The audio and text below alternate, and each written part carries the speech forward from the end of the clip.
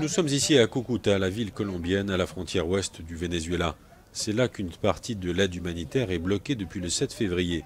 Le président Nicolás Maduro interdit son entrée et dénonce un prétexte à une intervention militaire américaine. L'opposition vénézuélienne compte sur l'armée pour contourner l'interdit.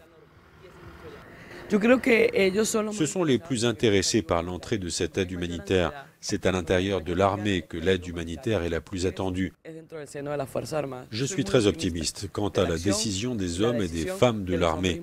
Nous avons perçu l'atmosphère des camps militaires. Ils refusent de continuer de piétiner le peuple vénézuélien. Le président vénézuélien autoproclamé Juan Guaidó a donné rendez-vous à ses partisans pour convoyer samedi l'aide humanitaire bloquée en Colombie et au Brésil. Le peuple va s'unir et nous allons entrer. Il faut qu'il se passe quelque chose. On ne peut plus attendre. Attendre quoi? Que tout le monde meure et que tout soit détruit? Le président vénézuélien Nicolás Maduro nie toute urgence humanitaire et a demandé à son armée de préparer un plan spécial de déploiement à la frontière colombienne. Cristian Cabrera est un membre du Conseil colombien pour la paix. Nous pensons que la guerre n'est pas la solution à la crise politique et sociale au Venezuela. Nous appelons au dialogue. Nous croyons en l'autodétermination du peuple. Nous sommes des pays autonomes et entre nous, il ne peut pas y avoir de guerre.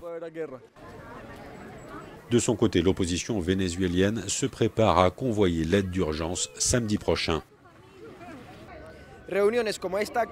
Des réunions comme celle-ci se poursuivront toute la semaine afin de diffuser la feuille de route jusqu'au 23 février. La veille, le 22, un concert aura lieu en présence d'artistes internationaux. L'opposition veut rassembler ici, à Cúcuta. C'est là qu'arrive l'aide en provenance de plusieurs pays qui reconnaissent Juan Guaidó comme le président intérimaire du Venezuela. Héctor Estepa desde Cúcuta para Euronews.